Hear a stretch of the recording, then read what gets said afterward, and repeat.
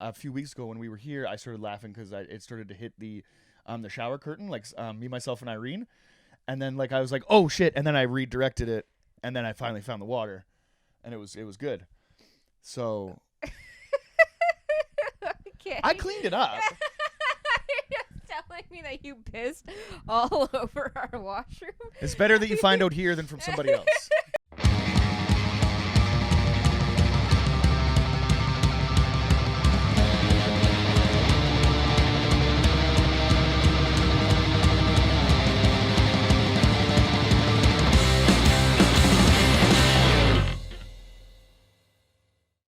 Welcome back to Show Me Yours podcast with Jackie and Jonny. I'm Jackie Agnew. And I'm Jonny DeVito. And thanks for tuning in. Welcome back. Absolutely. Yeah. Episode 50 whatever, something? Yeah. We're moving on. Yeah, 53, I think. Absolutely. Yeah. I think we promised like a new environment, maybe a new setup last episode. We Not said gonna it was happen. coming. We said it was coming. I don't think we okay. promised. I don't know if promises were made. Oh, okay. Yeah. I always just feel bad, right? I never want to I never want to overpromise, underdeliver. You know right. what I mean? Yeah. You want to underpromise. And then underdeliver. Over. Oh, overdeliver. Yeah. That's right. Yeah. That's yeah. right. But yeah, thanks for coming back or Mhm. for checking us out for the first time. As always, please leave a comment. Click that like button. That's a good one. That subscribe button. Love that. Follow us on Instagram, on Facebook, Yep. TikTok. Oh, yep. Leave us a 5-star review if you're listening on Apple Podcasts or Spotify. Share us on your Instagram stories. Tell your friends, and that's Do all the things. Welcome. do all the things. Thank you so much. I know it seems silly, but it helps out a lot. It really does. It really yeah. does. You know what I mean? We'd probably do Yeah. this either way. Yeah. You know what I mean? Because we're just attention whores. We like to hear the Yeah. sounds of our own voice. And I mean, we Yes. live here. So, like, we Yeah. could just do this. Yeah. But it makes it a little bit more special when you share it with somebody. Exactly. You know what I mean? And we're sharing it with you. Gobble up, turkeys. Yeah, absolutely. You know what I mean? It's like there's eloquent ways to say things. There's Gobble gobble. There's funny ways to say things. Is There's that what and then it there's a way that you tend to do it. What noise do turkeys make? We watch too much. Probably something along those lines. I mean, we watch too much Northwood's Law to not know. Yeah. You know what I mean? What any kind of fowl sounds like, right? But like you also know that like my hatred with birds would like that would probably be an asset for me to know the different bird calls. Yeah, To know like you know what I mean, what where you're at, right? Like if you hear like a cock-a-doodle-doo to anybody that could just be like, oh, that's so nice. I'm on like a farm or like I'm out in the country. That's nice. To me, that's a battle cry. Right. Yeah. You know what I mean? Like when I hear that thing, it's like you better get ready for some shit to go down. Yeah. Blood will be shed in this hen house. Absolutely. Cock-a-doodle-doo. There's some terrible connotations to that. But, I'll stand by it, right? I'll stand behind my woman and her claims of blood on the dance floor in the hen house, if you will. But, how are you doing? Jesus Christ, Jackie, I mean, I'm doing fine. Are you asking them? Yeah. We're here together, man. I want to get into the show, Jackie. I want to start talking about some things because things have been on my mind. Okay. Well, what do you want to discuss? Well, in contrast to the album that you brought in that we'll get to at some point, I mean, Unlimited Love, right, is not what I've been feeling in the universe for the past little bit. Yes. You know what I mean? Maybe like my relationship with you aside, my relationship maybe like with my mom, with my grandmother aside, you know what I mean? That's unlimited love. Yes. You know what I mean? Friendships, all that good stuff, right? But if you look out in the world, you're not getting that. And I've been feeling like a little bit overwhelmed. You know what I mean? A little bit lately. And I think for the big reason is that I'm fascinated with science. Right. You know what I mean? You know me, Jackie. I love science. I read articles that I can't understand all the time. Yes. So when a pandemic is coming through and everybody's, kind of getting on like science nerds and stuff like that, right? Everybody's giving science a hard time. Right. But they've never like obviously had chlamydia. Okay. Okay, Jackie, right? Right. So the way that I look at it, right, if the scientists are telling me to like take a medicine or whatever, and these are the same people that are responsible for 4 pills to make my penis not hurt anymore, Right. I mean, you listen to that, so you trust science. I do anyway. Yes. Right? This is my justification, right? Yeah. So I'm always looking at like Sure. science as the good guy. Yeah. You know what I mean? Good guy science. Good guy science all the time, right? Yeah. But lately, or maybe not lately, I think all throughout time, it's been like a trope in science fiction. Definitely like anything there's like a mad scientist, somebody's going to use science for evil. Right. You know what I mean? And I think it all starts with smart toilets. Okay. Okay, That Jackie. seems- So do yeah. you know what a smart toilet is?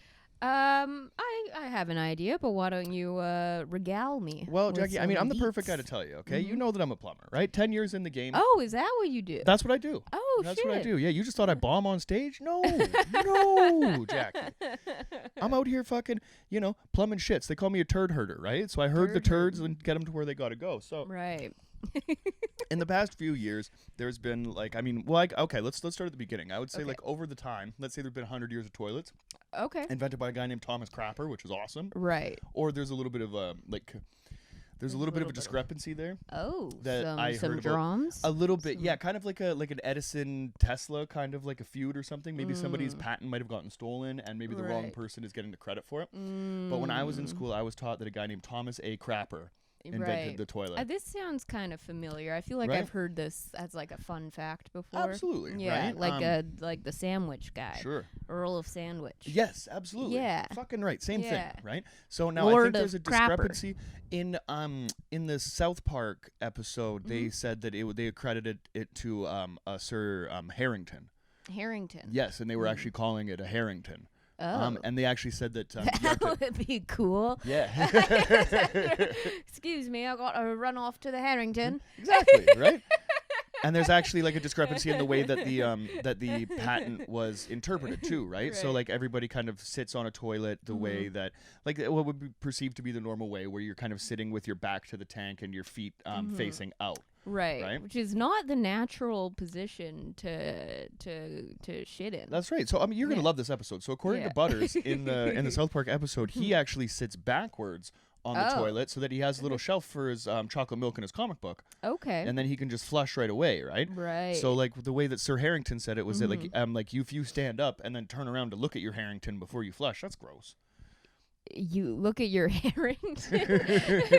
You got to watch the episode. Anyway, we're getting off track here. But So they have those squatty potties. Is that what they're called? To put well- your legs up, so it's a more natural, yes. Yes. natural system to relieve yourself. Totally, and I think that's what we're kind of getting into here, in the sense that like there hasn't been a whole lot of innovation in toilets. Right. You know what I mean? Probably let's say those there's 100 years of flush toilets. Those Japanese ones. There's a lot of great stuff tickle happening your in skittle. Japan. Yep, Asia, like a lot of good stuff happening in Asia with toilets. A lot Yeah. of fascinating stuff. And then now what's kind of happened now, with companies like Tushy Yeah. and things like that. Now basically you can turn I'm any here for toilet it. into a bidet. I Oh want a yeah, Tushy. absolutely.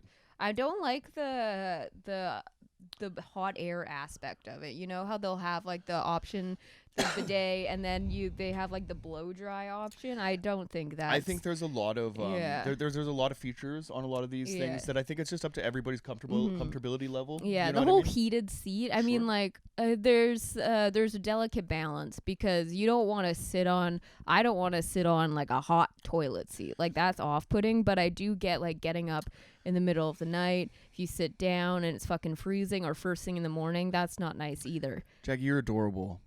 You've never, like, in the 10 years of plumbing, you never really like shit in a working toilet, right? Like you're always Right. in a job site outhouse or whatever. You know, you Right. see the blue rooms and stuff like that outside of a Yeah. job site.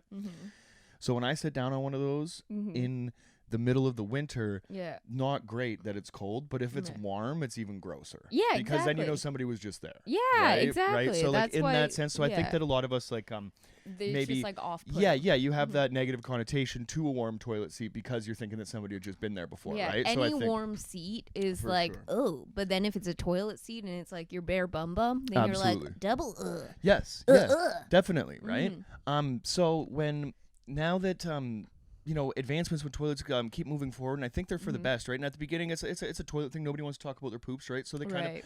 of, it comes off like a like not that great of a sell at first, but then the Right. squatty potty blows up once people realize that, you Yeah. know what I mean, this is like, it's actually something, Yeah. you know, once like it gets into like a health and wellness kind of Yeah. section of life, then I think you're good to go. Yeah, and tushies are huge now. Love them, Yeah, right? yeah. Love it. Everybody's out here looking for some tush. Yeah. Shout out to ZZ. Yeah. ZZ. Yeah, ZZ top. Mm-hmm. Nice. Did you know that they're coming to Abbotsford with Cheap Trick? I'd fucking go to that in a Right? heartbeat. Would you? Yeah. Do you Fuck want to yeah. like take like some uncles and shit? Let's take some old dudes, take some old whites.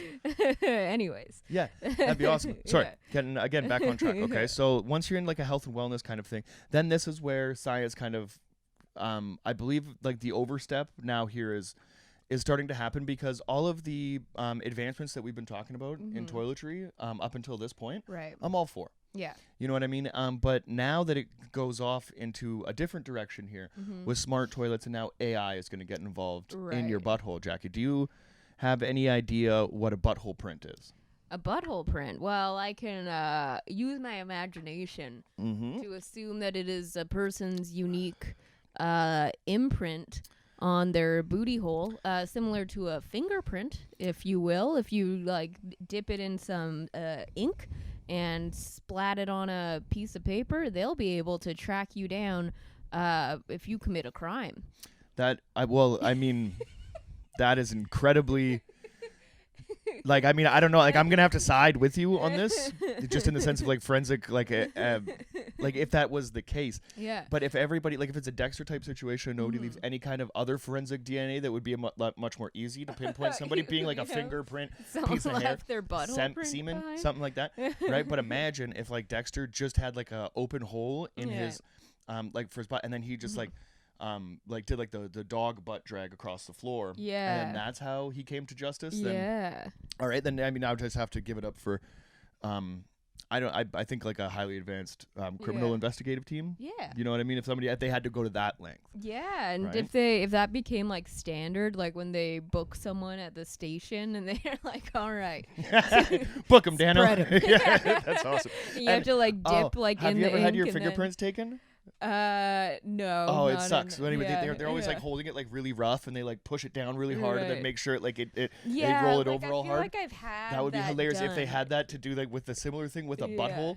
How they had to be if they had to like push it in really hard, you know what Yeah, I mean, and then pull it off. exactly. Yeah, That's fascinating. I mean, well, in a perfect world, and I think that we're perfect actually heading world. there, right? Because scientists, this article here, according to Futurism.com, says scientists working on toilet that identifies you by your butthole. Good. That is the headline. If you guys want to check it out, and a little bit of the meat here is researchers want to give you a toilet.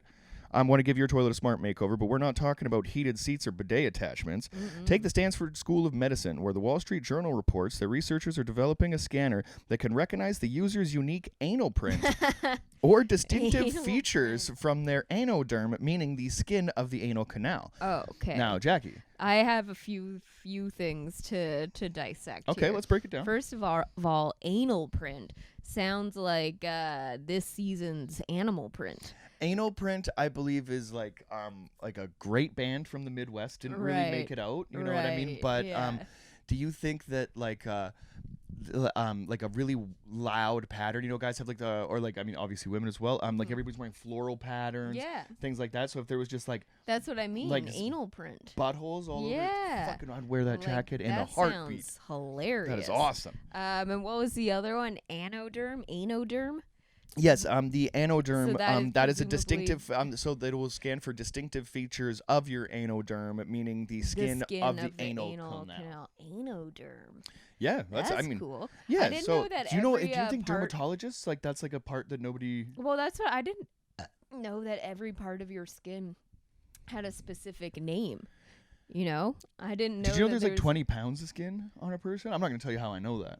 20 pounds? Yeah, I of read that somewhere. skin? That's fucking crazy. That can't be like a universal number. Well, yours probably have less. Yeah, you probably have like 15. I'd have like 20 pounds of skin or so. You know what I mean, right? Like just Yeah. based on the size of the person. But the average human, I read in like a fact. I thing. guess skin I didn't is really kind fact of check thick. it though. So I guess skin has some layers to it. What's it called again? dermatology. Dermatitis? What's skin called again? I don't know. Where the derm comes from. Fuck. This is gonna bug me. Okay. Well, hopefully it comes to you. Yeah. The Actually, I have a fucking computer on my lap here. The scientific word for skin. I thought it was just like one like collective thing. I didn't know that there were specific there were specific names for specific parts of your skin. Skin integument or something? Epidermis. There you go. Yeah. So, well, I mean, to get a little bit deeper in here just to see how exactly they're doing it. So to pull it off, they basically installed a camera inside a toilet bowl and used machine learning algorithms which match stool samples to specific users. So this system can even calculate the flow rate and volume of urine using a computer vision as a Euroflowmeter, according to researchers in a 2020 paper. Now that's fascinating, Jackie. I call bullshit. As a plumber, you need to understand flow rate, right? So if I have a, let's say I have like an air conditioning unit here and control valves or whatever are coming in and the unit is sent from the factory saying that it can only operate at, say, like 1 gallon per minute, right? Then it's up to me to dial in my equipment to feed that, there's ways for me to know how I'm doing it. It's basically just kind of smart valves and things like that I just kind of set it and forget it at a certain thing. Okay. I don't necessarily have to do that. I sure as shit don't have cameras. Yeah. Kind of taking those calculations for me, right? Which is fascinating. Yeah, I would like to have a word with whose ever idea this was, just to get a read on them as a person.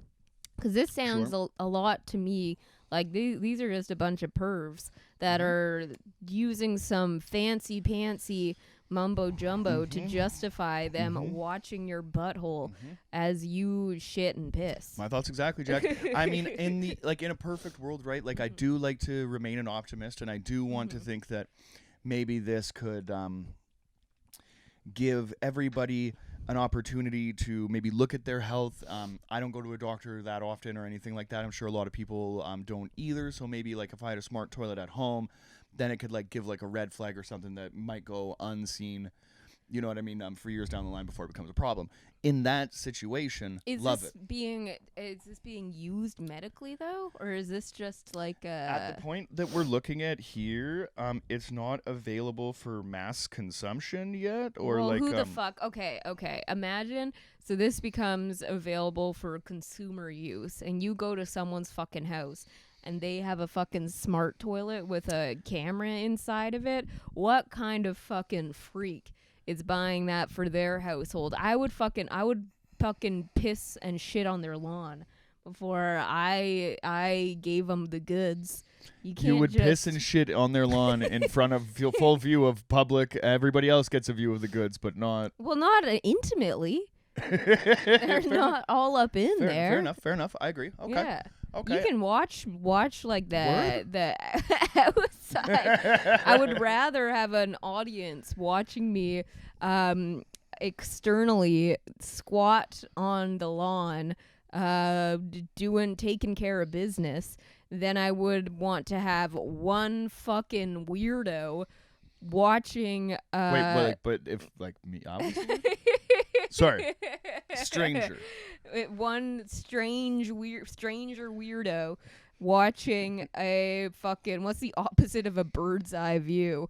A fucking whale's eye view. I think worm's eye view of my tutor in action. In full dilation. In full dilation. I mean, people are into weird shit, right? Yeah. And I mean, granted, like, I mean, my, my needs aren't all very vanilla, right? So fair enough. So I can't kink shame, right? And I'm not over here. That's not what we do on this podcast. No. I'm just saying.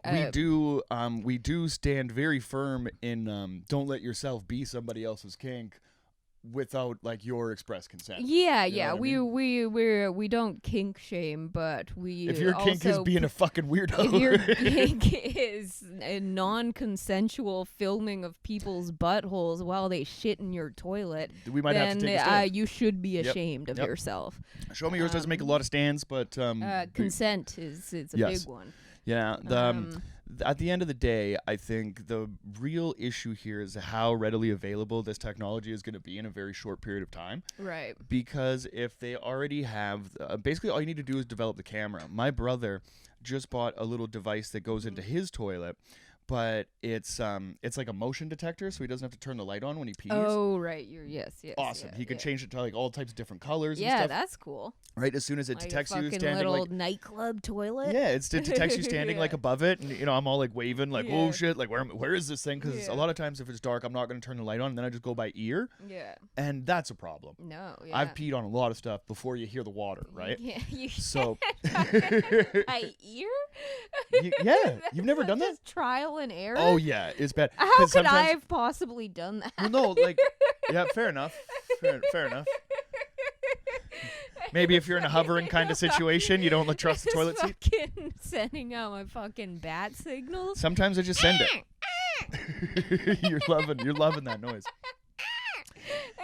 The thing that I have with it is that after sex you don't have like, or like in the morning or whatever like that, like your penis, like a pee just doesn't go straight out of a penis, right? So sometimes like, so that's when a dark go can really be an issue. Yeah. A few weeks ago when we were here, I started laughing because it started to hit the shower curtain, like me, myself, and Irene, and then like I was like, oh shit, and then I redirected it, and then I finally found the water, and it was good.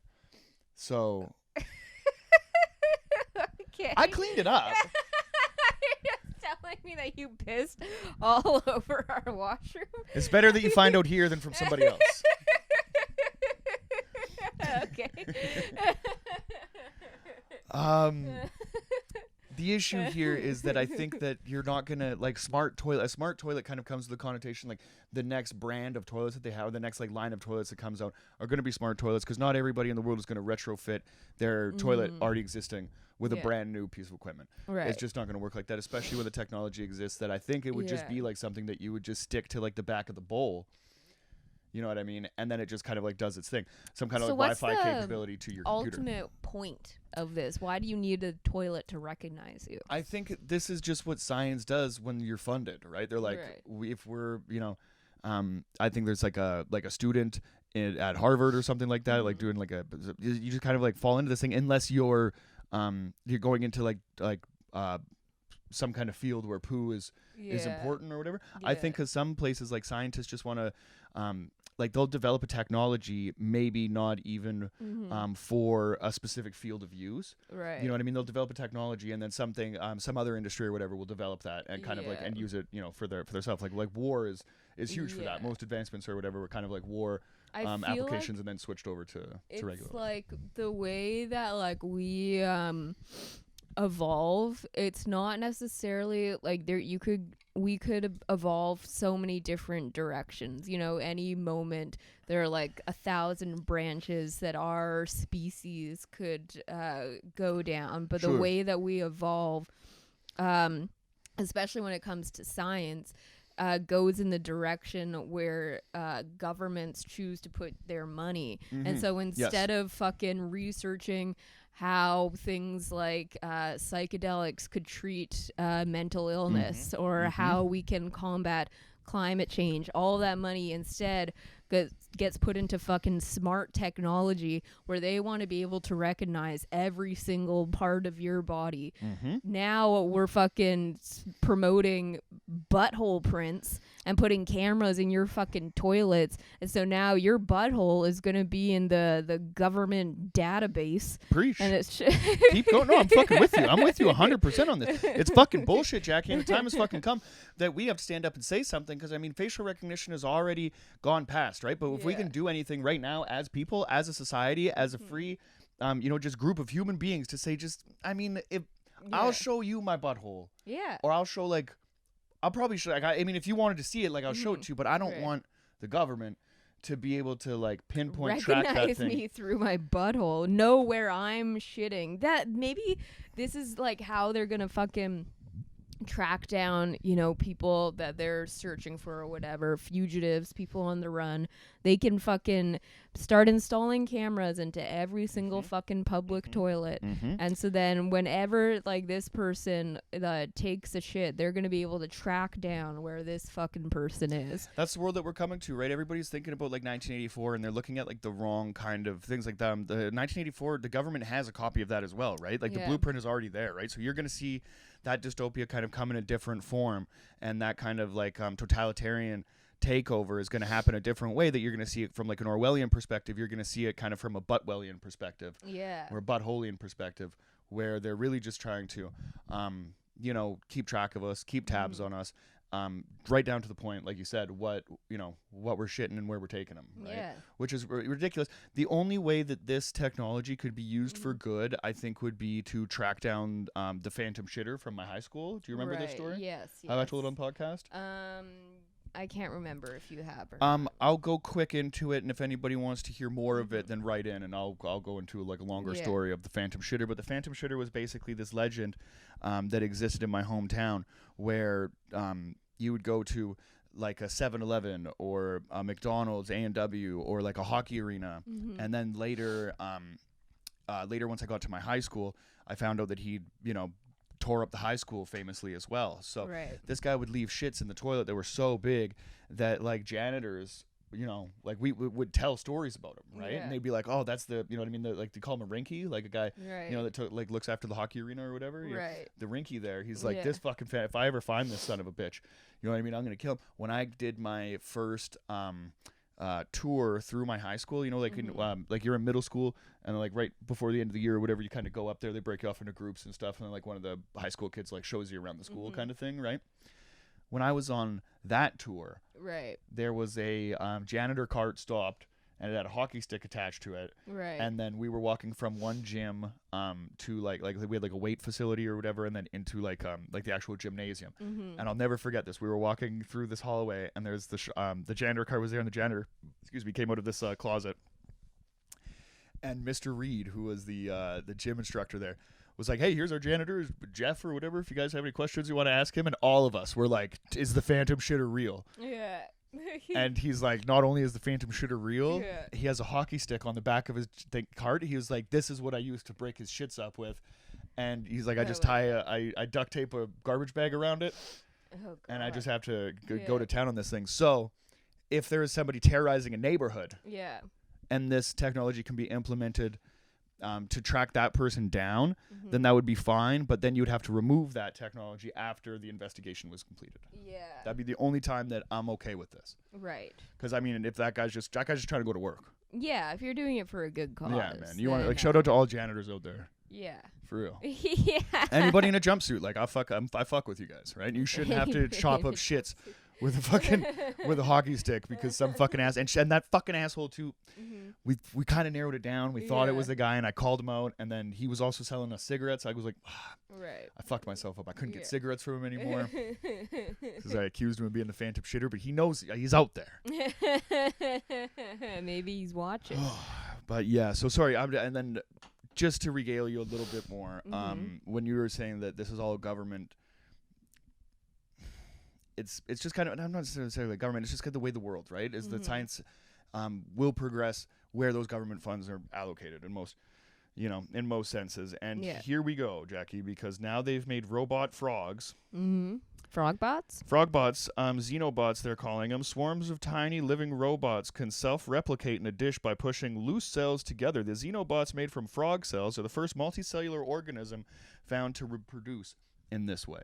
So, Jackie, what they've done is they've taken skin cells from a frog embryo. And have, like, morphed them with, like, robots or some shit. See, this is the part where I don't even understand. So, are they robots or are they frogs? That's a great question. I'm glad you asked.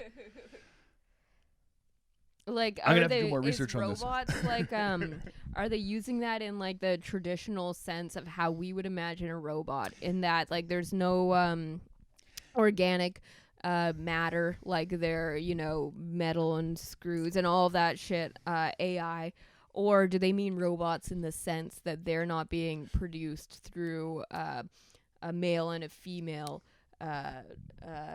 union? We're gonna have to do some research on this, and we're gonna have to come back because like this is a little bit, well, it's so much over my head. This is a little out of my pay grade. Fucking frog robots. But basically what it sounds like is like in a sense of robot or whatever, at a cellular level, you're not going to get, you know what I mean, anything like robotic and moving like that. I think what they can do is like program them to do shit. Oh, okay. So right? they're So able to be controlled apparently, by yes. technology. And then so this was yes. And so back in 2020, I was reading this shit and I was like fascinated by it. And then so the same article just kind of like got updated. Yeah. And now those same little frog robots are now starting to reproduce. Yeah, basically they'll have their own system or like their own like kind of like multicellular little structure, and then there are extra kind of cells in the petri dish, and then what these little, they're kind of shaped like Pac-Man, and there's a cool video of it here, and they just like push all these other little cells together, and then after like 2 weeks all those cells like become another thing, right? Like one of them. It's fascinating. One of us. Yeah. That's what they're chanting in this fucking petri dish as they're pushing shit around. And I'm smoking way too much weed because I'm just looking at this going like, where's the love in the world? Like seriously, like where is love? Where is like just like, you know, just compassion and companionship? Right. Where are hard high fives? Because I don't fucking think they're in frog robot territory. So are these frog robots, do they exist as little tiny frogs? Like that's what I'm not understanding is what do they No, Jackie, because like as like so this is like in an embryonic stage, like cell structure or whatever, because I think so fucking destroy them, fucking burn them at the stake. Why are we you don't even need a stick. I think like you would just like why this could be solved pretty fucking easily now. Apparently they're just in a petri dish somewhere doing some shit, right? But if they're continuing to form, then what's not to say that in 20 years this becomes, you know, like a massive robot frog. A giant frogzilla. Right? This just could fucking hippity hopping through the fucking city. Fucking ribbit. What? Could you imagine? There's a flasher right here. Catching like fucking birds and airplanes. Catching fucking on their tongue. That would be crazy. That would be crazy. And there would just be a couple flashers like running for their lives, hiding, being like, I think I heard about this on a fucking podcast. Like 2022 and shit. Like I was into some weird shit back then. Yeah. But, you know, somebody warned us. Yeah. When they were trying to find out about the new Red Hot Chili Peppers album. You heard it here first. Fucking lock your doors, lock your windows. Fucking robo frogs are gonna fucking stomp your slime and Sweet one. That was the best one you've done ever. I mean, you want safety? You go to RoboCop. RoboFrog will give your community no safety. You know what I mean? You're going to find no shelter. You'll find no protection. There's no shelter from this storm. Fucking woo! You're going to need a lily pad of love, ladies and gentlemen. Are you okay? There's just no riff in here right now. There's just nothing. Jesus. I'm trying to take a bomb talk over here, and you just can't take the mic for more than 5 seconds. I think I'm doing just fine. Oh, you're my favorite. This is what the people want to hear. But yeah, watch out for them frog bots fucking leaping through the city. They're gonna fucking... I wonder what variety of frogs. Are these like poisonous ones? Or these little tree frogs? I used to collect frogs. I have no idea. As a kid, we would have frogs. Like I said, all I know is that this is like at the cellular level, skin cells from a frog embryo. I used to at our the house that we lived at before the house that we had forever. We had a bunch of frogs in the backyard on Abbey Road in Maple Bay, and there would be little tree frogs all over the place. And I used to fucking... I would do like the shit you're not really supposed to do because I was just fascinated. So I like pick them up and get my hand juice all over them. Gross. And just, and would just fucking have them in my possession for so long. And like my parents would make us obviously release them. Like no frogs were harmed. But yeah, I was fascinated with frogs as a kid. And then when we moved, and we have this little pond in our backyard, and a frog, like a bullfrog, just fucking showed up It was crazy. It was like crazier than robot frogs in a fucking cellular level. This was like not a naturally occurring pond. This was like a man-made pond that we constructed in our backyard. And all of a sudden, this fucking one morning, this fucking bullfrog was sitting on a lily pad in our fucking pond that we constructed out of nothing. And I named him Croaky. That's a good one. Yeah. Not bad. I used to have this fucking I have all these frog memories coming back. Do you want to talk about memories. frogs, or do you want to talk Red Hot Chili Peppers? We're gonna get to but I had this fucking stuffed animal that was a frog, and inside it was kind of like you know those instruments where they're like wood and they're like kind of ribbed, and they have like the stick that you run up and down and makes a like sure, yeah. It was like kind of that on the inside. So the inside of this frog was this hollow wooden circle that was all ribbed on the inside, and then it had like a like wooden ball on the inside. So when you moved the frog around, it sounded like it was croaking. I had there's a popular, I think it's like a Mexican thing, or like just like a tourist item or whatever, but apparently a friend of mine gave me a wooden frog, and in its mouth it had like a little thing, I've seen those. Yeah, and then you rub it across its back, and it goes, and it makes like the frog sound. Yeah, this one, so it's basically the same idea, except on the outside it was like a plush, like stuffy. Sure. Yeah. Okay. Yeah. Very cool. Yeah, that's that's my frogicdotes. I bought a frog one time, and the fucking person at the pet store was like, you could get this fish tank and put like all these fish and frogs in it, and it's gonna be dope. And then they all died, and then I was like, where's my fish? And I looked in the filter, and the filter had sucked up all the fish, and they'd all died, or all the frogs, they'd all died in there. It was a bloodbath. I was fascinated by frogs as a kid. Now that I'm thinking about it, like I spent so much time as a kid just looking for frogs just so I could like pick them up and hold them. Looks like Jack's getting back into frogs here, everybody. This is pretty exciting. I like frogs. Yeah, but I don't know where to find a frog around here, like in the wild. I think you want to leave frogs in the wild. Yeah, I know. That's what I mean, is that I don't want to go searching for frogs that are confined. Like, I want to find frogs in the wild to admire them. Oh, but like as a kid, they were seemingly just everywhere. I was fucking manhandling frogs all the time from ages like 5 to 12. You heard it here first, folks. So, Jackie, is there another reason that you brought us here today? Yeah, so the record we're getting into today is Red Hot Chili Peppers' brand new record, Unlimited Love. We were just saying last week that we should do a new album. We did, and it just so happened that your favorite band put out a record. Out a new record. So, yeah, the album is called Unlimited Love. It came out April 1st, 2022, which was on Friday. Friday, yep. I believe. It's the 12th studio album from Red Hot Chili Peppers. It's their first in 6 years. Their last one was The Getaway that came out in 2016, and it's the first album with John Frusciante in 16 years. Rejoice, ladies and gentlemen. So that's kind of the big deal about this album. Anyone who is a fan will know it's that this is the return of John Frusciante, which is overwhelmingly exciting and emotional for fans of the band. Absolutely. For anyone who doesn't know, John Frusciante is the guitarist of the Red Hot Chili Peppers. He's the guy in Can't Stop that's like, He's one of the most talented living musicians, living or dead, I would say. He's just so multi-talented. That man can play a guitar. And let's talk about can I just bring up his journey for a second? Okay, I was gonna I just want to touch on it, but this man has gone from in what you showed me, because I mean it was very exciting for your new band, new record day. We went out, we bought the vinyl, came back home and listened to it, and then you showed me like a bunch of other Chili stuff that I'd never seen before, which is very cool. Very good. That's what music's all about. That's what this fucking podcast is all about. Then we made Sweet Love. It's fantastic.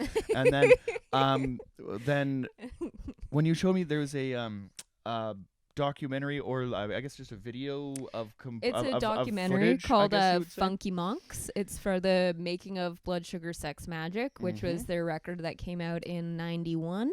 And John It's the Frusciante. one that has their the faces, their 4 faces all around the give side. it away, give it away, give it away now. Yeah. That fucking album has a John Frusciante was that his first album with the band? No, that was his second. Okay, second album with the band. This guy is incredibly talented. He's like he plays the shit out of a guitar, and I'm not going to take that away from him. But in 1991, this man was in a guy in the thralls of, you know what I mean, like drinking and partying and drugs and whatnot. Yeah. And my fucking goodness, he just looks like any other dude in a punk band with his head shaved and fucking heroin emaciated to the man that he is today. And this fucking album thing, I mean, fucking glow up for John Frusciante. Yeah, it's an incredible roller coaster of a journey that he's had personally and that they have had as a band together, as a band and as friends. Yeah. But yeah, so just some backstory to get a little bit more into it. So the last album that John Frusciante was on was Stadium Arcadium, which came out in 2006. 16 years, that's crazy. Yeah. I was just a boy. So they, before leading up to John rejoining the band, the Getaway comes out in 2016. They, sorry, I'm all over the place. They had a new guitar player, Josh Klinghoffer, who is a very, very talented guitarist. He played on By the Way, and then he played on The Getaway. He was part of the band for 10 years. They took a hiatus between John leaving and then them hiring Josh. And then he played with them for 10 years. And he's a very talented musician. Made a lot of fantastic songs with them. I saw him perform live with them when they did their last tour.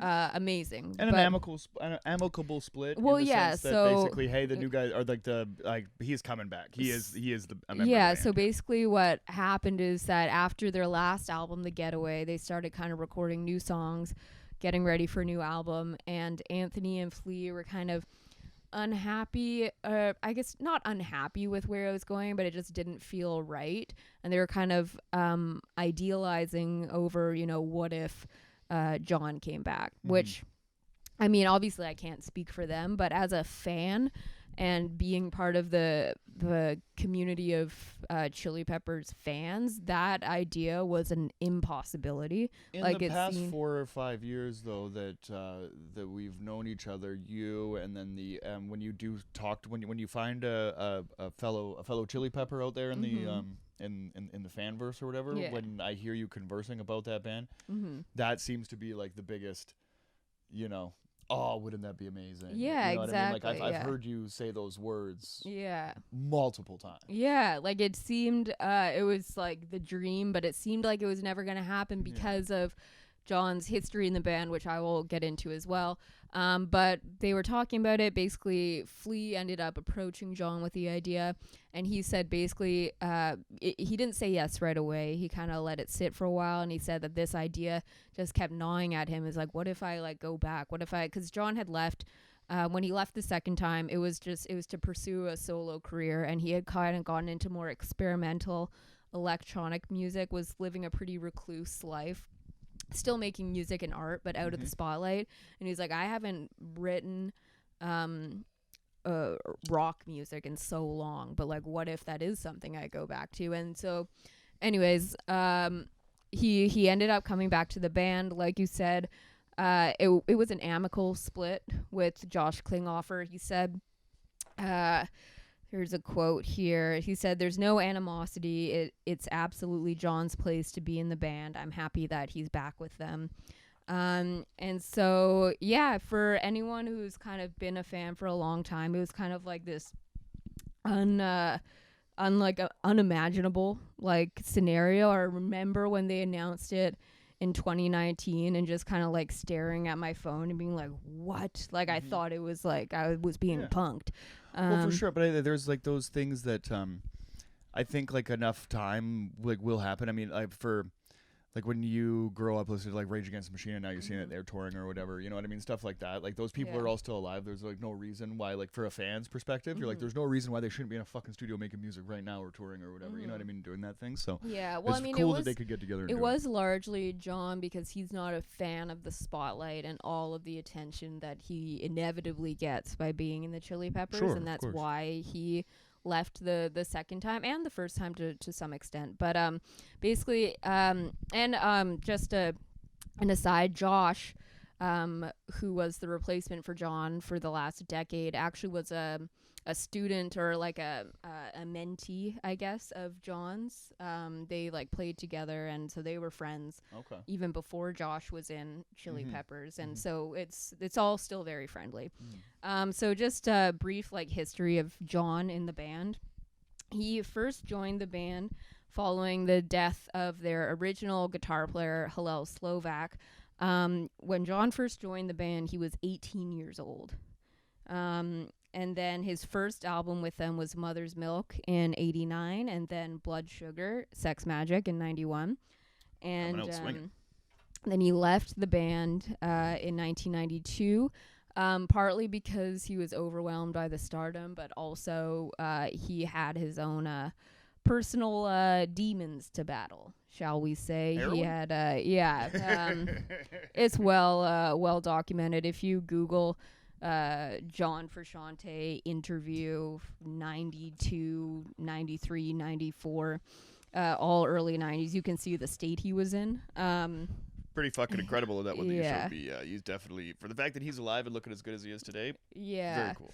Then he got clean and then ended up rejoining the band in 98, and then released Californication 99, By the Way 2002, Stadium Arcadian 2006, and I would say those are probably their three most well-known albums easily. And then left the band again in 2009 because he was just kind of done with the spotlight. And then 2019 he came back, and 2022 put out this first album with him back in the band. And so like basically how they started out was they would get together and they were just jamming with playing songs from their first 3 records that they had to put out together to kind of just get back into the groove together and just playing without any expectations and like finding their jam again. And so that started in 2019, and this album comes out 3 years later in 2022. And I mean, I obviously am very biased, but I fucking love this album. Yeah, you do. You do. I've been listening to it a lot by proxy. But that's not to be said. Like, I'm from a very neutral standpoint. I'm Switzerland with Red Hot Chili Peppers. I could I obviously acknowledge their talent and their a great band. Is it the stuff that I listen to every day? Like, no, absolutely not. And that's not a knock on them or anything like that. It's just not, my everyday groove. Yeah. For a band like this that's been around now for over 30 years, to be, generally like that consistent over like the course of their career too, with guitar changes, especially for a funk band, to keep the thing alive, kind of speaks to who they are as a band, obviously. But I'm not gonna tell you that this was just a cash grab for a popular band to come and just put some music out. This is clearly some thoughtful music, some shit that they worked on. And it speaks I think a lot to that, like how good they are. I mean, there's some pop music jams on here. There's some points where they kind of hit hard and hit fast, especially on that one song. The sights, the sounds, the smells. Not my favorite lyric, but I'm gonna see that becoming like one of my favorite songs on the record or whatever. The more like that, the more that we're gonna hear it or whatever. Just because like musically, it's so great. But the funk is there. And like Unlimited Love is like there. I don't think it's. I think it's not disingenuous. Authenticity is important to me, and like that's why I'm not gonna sit here and just shit on the fucking Red Hot Chili Peppers, because I mean it'd be an easy thing to do. Not necessarily, you know what I mean, just because of pop culture and you know what I mean, just like like the years that they've been just active. But I don't see them as being dicks in any way. You know what I mean, right? Like they're just that band that, like you said, like the more that you've kind of showed me. I could give them shit about them before that we kind of like, hung out or whatever. But the more that you show me how much, kind of friendship is there and the passion for the tunes or whatever. And like, individually they're all like okay, and like Flea is probably one of the coolest fucking dudes on earth. All that stuff aside, like of course, like without even being a fan of the band, I know who they are. Yeah. You know, but the soul kind of like shines through here, and I like the softer kind of jams on this. Yeah. You started to cry at one point. And I was like, this is really nice.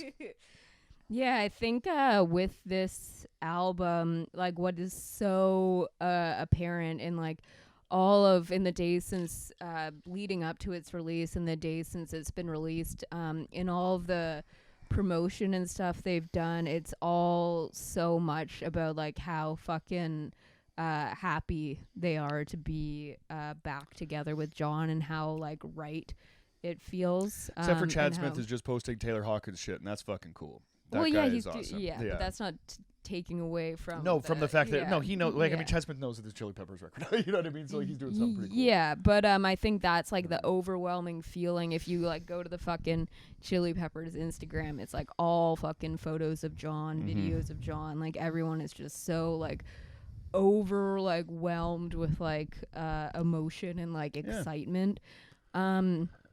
And yeah, like obviously as a Chili Peppers fan, I am not oblivious to the fact that a lot of the times when I tell people it's my favorite band, I kind of get the eye roll, and I'm very aware of what their reputation is. We're all fucking pretentious douchebags. Their mixed reputation. I guess a lot of people. I don't even know how they earned it. I think it's just the hate of being too popular. I think they're undeniably whatever individual. People have their hate. Yeah, it's an easy band to make fun of, I guess. But I guess like the reason why I love this band so much is apart from the music, which obviously like I love their music. I love funk and I love rock. And I love the way they've evolved. But it's like more it's more than that. It's their whole history as a band and how like everything has always been like rooted in just like love, and they all love each other so much, and you can like hear that in their music, and I think that's why people who are huge fans of the band and really connect to that, and I think that's why there's such an intense fandom and an intense like connection between Chili Peppers fans, because like if you get it, you get it. And I think like we had our episode with Maddie and we talked about, by the way, and so we talked about this then, and so I think the fact too that me and Maddie and our other best friend Shelby, the fact that we are all like so connected to this band as well, it's just kind of like heightened for us. With the socks and the penises, was there physique involved? I'm just teasing. But I think that like the fact heightens good-looking it. girls like a good-looking group of guys, then no, the fact that they're all fucking like they have been lifelong friends for so many years, and just like and to see like so publicly and the fact that it forged a friendship with ups and downs that it's not that it forged a friendship with us, is that we all kind of came into it on our own. And didn't even realize until like I had gone off to university and like came back that first summer, and we had all just like we weren't even aware that we all like loved this band until like later on in our friendship. And so I think that makes it like really special for me, and seeing, I mean, the friendship between Anthony and Flea and John and Chad, obviously, and like all of like the public ups and downs that they have had, and if you're a fan, like kind of like the nitty gritty, like the really fucking difficult shit they've gone through as friends, and then seeing them all like together again and just like happy and like in their element and just like with each other and like loving each other. It's like so I'm watching your eyes well up right now. That's so cool. It is the shit. There's a lot of bands that I love.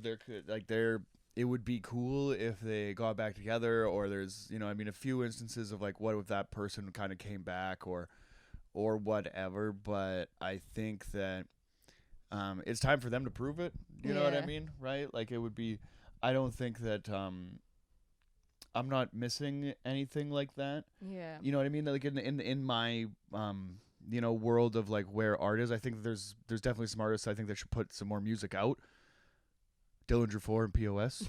But the like the other side of that, like I do feel like pretty happy in the sense that like I'm not really like longing for a whole lot, you know what I mean, from art right now. I think there was a time in my life where I'm like, fuck, I wish this person would come up with it, you know what I mean? I wish this and that. So I think it's like the coolest thing ever for like a super fan to get like the ultimate wish. Yeah. You know what I mean? Right? So like I'm incredibly jealous of the feeling that you have just because like that's how much I love. Yeah. Right? That's how much you want to be excited. That's how much you kind of want you know, the your favorite band to, you know, to come back into your life, and especially after 30 years, you know what I mean, for it to be at a caliber that not only that you deem worthy, that, you know what I mean, you're really excited about. There's, you know what I mean, there's some songs in there that have like, you know, made it into your like everyday, you know, already, and that's as the singles were coming out. Like, I mean, like 2 or 3 of them that released that like prior to you know, to Friday when it came out. Kind of like it speaks a lot to that, right? So you're lucky. Congratulations. Well, yeah, and I think you know what I mean. If there's anybody out there that like, what would be the like is there any other instance where, you know what I mean, like that is like for me, like I like Glenn Danzig and the Misfits or whatever, like the original lineup. Yeah. But I don't want them to make new music. I want them to perform the fucking 1982 classic, you know, Walk Among Us. Yeah, and I think it's so I don't know. I'm having a hard time off the top of my head thinking about it. I think rap groups or whatever definitely would be cool if you know, like if like all of Jurassic 5 got together and fucking did a thing or whatever, if hieroglyphics, like, you know, put out, you know, kind of something that was fresh. But I think they did it like you know, 10 years ago and like yeah, and I think the thing for me with like the Chili Peppers is that it's so much more than like the music. It's just like the feeling of like, you know, like seeing it, and what, like I could fucking like watch their live at Slane Castle on repeat for the rest of my life. I have and a feeling we're probably gonna watch it after this episode when you start to edit this thing in a minute. Just that it just nothing, no like art can make me feel that same way, regardless of if it's music or TV shows or comedy or whatever. Nothing like hits me in that same way. Fucking hide your kids, hide your wife. I'm a fucking artist, and I try to make her swoon with my art. No, you said it. You said it right here. You said it right here. No other art. I don't you said mean that. I'm just teasing. I'm just teasing, but it's so lucky. And I think and their whole thing, and it's so like perfect that, you know, the name of the album is Unlimited Love, and that's like always been like the through line for all of their music. Is just like love, and they like love each other, and they promote just like loving everyone, and a lot of things that I like try to embrace and that make me feel better. And it's nice too that they kind of share a philosophy that I really believe in, you know, and that helps me a lot. Which is great, because I come in here, like, that's why opposites attract, so I bring a lot of hate into this. You know what I mean? I really try to bring that negative approach. You know, that aspect here, and I think that's why, like, we meld like glue. Or I guess an epoxy. We're like a 2-part epoxy. That sticks real tight after 5 minutes. Yeah. But okay, just we landed the couple plane? Questions. Oh, cool. Yeah. So here, I'm gonna try. I'm gonna have a. I don't normally do this. Oh yeah. I don't normally do this, but I'm gonna join you for a white wine. For a white wine. Yeah. Yeah. It's wine. This is fancy. It's wine. I don't know the difference between Me it. neither. I cook with tastes this shit. like I put it in a, you know, makes the risotto good. Cheers. That's all right. And so yeah, I was gonna ask you about the tracks that you liked, but we kind of already went through that. Okay. Yeah. But if you want to elaborate. Well, off the top of my head, I don't have the track names in front of me, but the first single, "Waiting for Another Black Summer to End," dig that a lot. Like I think I did cover it earlier in the episode, but can you give me the name of that?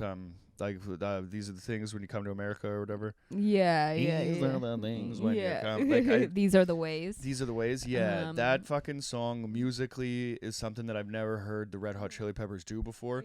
Yeah. Maybe because I don't know all the deep cuts. Right. Like I'm a pretty casual Chili Peppers fan. If I know any of the deep cuts, it's probably because you played them a lot, and now I kind of know, like, you know, what they are or whatever. Yeah. But they're an unmistakable band to know what the like to know who it is, but I might not know the thing. But with that song, the breakdown at the end is like you'd never say that the breakdown in a Red Hot Chili Peppers song. Yeah. It doesn't there, but it's you know what I mean. It's more of like a hardcore or like a metal you know, kind of technique, I guess. But the fucking it's a Red Hot Chili Peppers breakdown. It fucking sounds cool as hell. Listen to it loud. We heard it in the car, and I was like, what the fuck? Yeah. And then it sounded even better actually on the record when we listened to it here. But that, and then if I was gonna go for a third, there's a real groovy funk jam that fuck I don't sorry I didn't Poster Child one. I want with the maybe cool music video that it's either that or no you know what I'm gonna say the acoustic song at the end. Oh yeah, you know what I mean. I like if it kind of puts a good bow on it, and then you know we were hanging out here. We were getting into it. We were having a good time. We were having a lot of fun. We're having a lot of laughs. We're listening to the new record. You're kind of like, you know, combing through the lyrics as you're hearing it on the day, which is like the coolest thing in music. You know what I mean? And I think we were kind of going like, how are they going to finish it off? You know what I mean? Are they gonna fucking end it with a bang? Or are they going to, you know, kind of like let it fade out? And I really like the way that they did it. Yeah. And it being... it's a John and Anthony song. Is there do drums and bass even come into it? No, I believe it's just John on the acoustic guitar. I thought it kind of might have picked up right at the very end, but Anthony but it was great. It's a fucking cool way to end it for, you know what I mean, for somebody like you, who I love, that's been waiting for something like this that they love so much more than they'll ever love me. You know what I mean? Right? So like for you to get that moment and experience it, and for me to watch that was fucking cool. Yeah. And you know, it's for everybody that's too fucking cool to like some shit out there, grow the fuck up. And it's unlimited love, man. Yeah. It's cool. I'm trying not to be a dick anymore. I could just be like, I could just like it because I'd be like, what if like me at 13 was fucking watching me? I'd be like, fuck that kid. I'd be like, what are you doing looking at my window, you little fucking pervert? Yeah. So that's kind of that's the way I feel. But yeah, there's that acoustic song at the end that is really like super. It's pretty. It's beautiful. And the way it's heavy. Yeah, I mean, the way that I interpret it is that it's kind of like Anthony's love song to John. Oh, do you think they were just like on a hammock together and he's just playing? I think it's like him like honoring him as a friend and like a beautiful person, and that's how I painted better. Yeah, but so the other. Okay, I have two more questions. The second one, the last one is fun, and so I'll do this one, and we can kind of just do a quick little breeze through.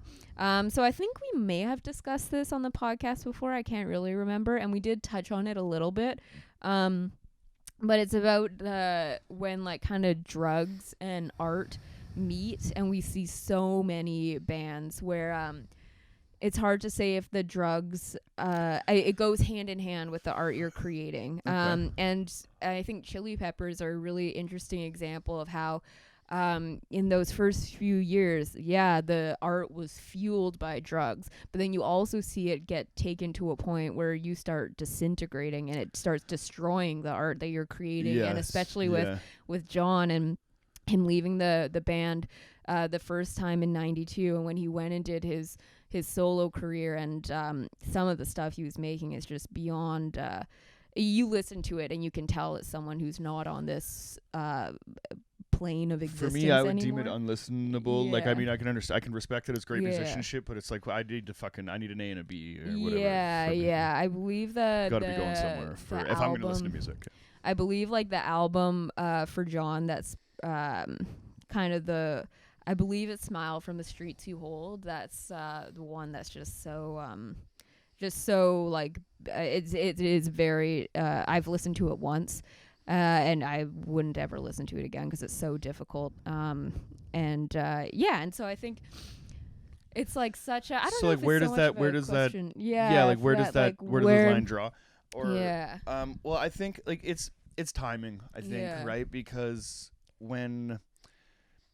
I think I wouldn't have said this before you showed me that black and white doc that we were talking about earlier, when you can really see Flea's, the way that Flea was talking as a young man, definitely like phenomenal musician, but kind of like LA street kid, punk kind of. definitely like an idealist in his and is very kind of individually formed mind in the way that he looks at the world, and a lot of that does probably come from like the way that he was talking was like it seemed like an acid head kind of hippie or whatever, but his attitude, the way that he presented it, was kind of like aggressive and you know what I mean, like punk, kind of like straightforward or whatever, right? So it's really interesting. So I think that like he's a product of all those times, you know what I mean, and everything that you know, that come together, that obviously all the art and everything that he kind of took in, you know, to make him the person that he is, all of them found each other at the age that they did, and the drugs that they were doing at the time. I think that like the idea, like if you would have asked them, then the goal would be like is like art and expression and freedom, and that's kind of what you're chasing. And I think when that's what you're chasing, drugs do kind of come into it.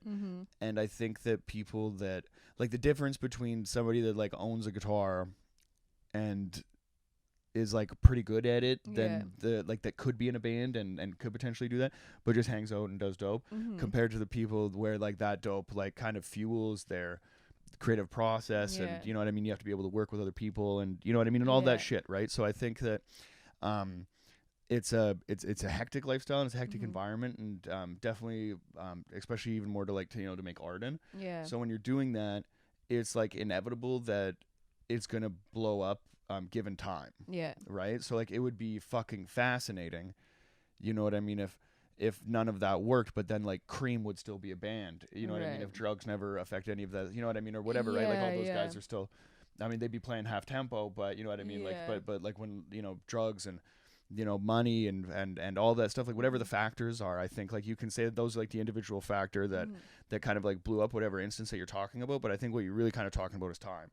So if you're lucky enough to get, you know what I mean, like a young group of creative people together at the right time, you know what I mean, then you know they'll make something great. And I think the difference between that would be like the Allman Brothers and the Red Hot Chili Peppers. It's like probably like a lot of acid or whatever, like drugs, and you know what I mean, something like that. Yeah, and I think there's definitely like you said, if you're there are so many like artists and bands where for a short amount of time they were taking a whole bunch of drugs, and for a short amount of time, for a very short window, they were able to make a lot of great music. But there's always an end point to that, because with drugs it's always escalating, you know. You're never staying steady, and so it's always going to reach a point where it I think like we're like an ebb and a flow or whatever, but definitely where if you're using I mean in the context, if you're using sorry, I just got upset. Like you could, if we go back to that, you could see that I just internalized that as you were like talking about like my drug use. I'm like, no. Sometimes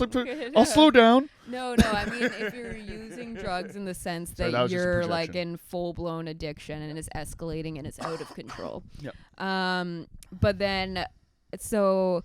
And the thing is that not everyone is very fucking few people are fucking John Frusciante, who can join Red Hot Chili Peppers at 18 years old, quit a few years later, spiral down a horrible rabbit hole of drug addiction to the point where he can't even play guitar anymore. He can't do the things that he's so brilliant at, and then come out of it and basically reteach yourself all of this shit and be able to come back even stronger with like an incredible ability to keep learning and keep improving. What did Ty say the other day? Shout out to Ty Boston Dollars. Like if you could get that, if you could teach yourself how to play guitar twice and then put out Californication on the second try, is like fucking insane. Exactly. When he first came back for Californication in '99, he was still pretty fresh. Out of the throes of drug addiction, and like wasn't the Scar Tissue solo is one of the most iconic, you know what I mean, like pieces of guitar well work that's the like thing in is the that 2000s, you know what I mean, that's in the thing decade, is that he was easily. still relearning at that point. He couldn't fucking rock out a solo like the ones you see on Unlimited Love or the ones you see on Stadium Arcadium. But even still, he still made so many iconic sounds. And so he's a fucking 1 in 10 million, you know. But more often than not, when you go down that route, it just destroys. And it did for him too. But he's just rare in that he was able to come back from it. But yeah, it's like a weird thing because drugs in some ways give us so much great art, but it destroys so much more of what could have been. Yeah. You know? Yeah. Like if fucking Nirvana made fucking like 3 great albums.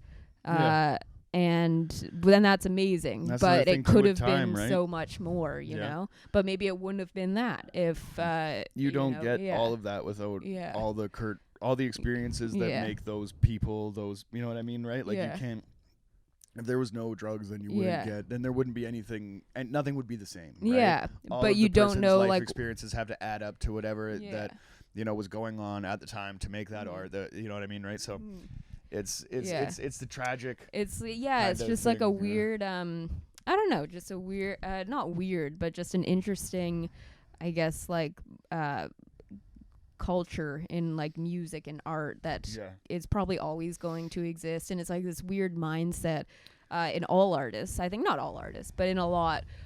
Where it's kind of like tied to the lifestyle. You know? I think that's so it's interesting such a weird, is because it's celebrated in art and in any kind of like other form or other like professional industry or whatever. Like, I mean, in my, you know, in my line of work, in any kind of like trades or construction and stuff like that, drug use is definitely pretty heavy, but also like, you know, pills and stuff like that to get through the day. I think once you get into like, my mom worked in a hospital, my cousins or my grandma was a nurse, you know, like there was a lot of nurses in my family and shit, and those girls go hard in the pain, you know what I mean? But it's just looked at it a different way, and everybody kind of, you know, it's definitely not celebrated like it is in art, you know what I mean? It's like, or demonized once it's taken too far. I think it's that weird thing that's just kind of like unspoken of, or even in academia, there's this dude, and I think he's like a Harvard professor that takes heroin, and he's like really controversial. He's talked about it and stuff like that. But I think that maybe one of the things is that in art, like if you're a musician or a comedian, just for 2 examples, you can get fucked up and do your job at the same time. And it's celebrated. It's expected almost. Like it's almost weird it's not weird, but it's if you're at a show and you don't have a drink, then people are like, oh, I guess this guy doesn't drink. This is the change, or whatever. Or like I guess you're one of the sober guys, you know?